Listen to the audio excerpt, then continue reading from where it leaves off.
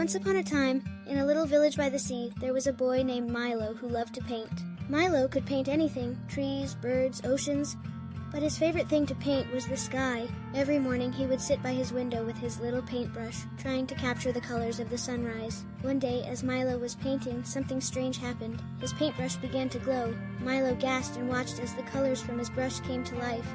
The clouds he painted floated off the canvas and into the real sky. Milo's eyes widened in amazement. "A magic paintbrush," he whispered. Excited, Milo rushed outside with his paintbrush in hand.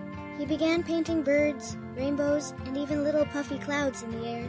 To his surprise, everything he painted with the magic brush came to life, brightening the whole village. But soon, Milo realized something important. Though he could paint anything he wanted, he still loved the real sky most of all.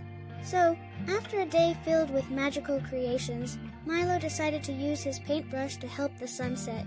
With a few gentle strokes, he painted the most beautiful sunset the village had ever seen, filling the sky with soft pinks, oranges, and purples. As night fell, Milo smiled, knowing he didn't need a magic brush to appreciate the beauty of the world around him. From that day on, he painted not just with his brush, but with his heart.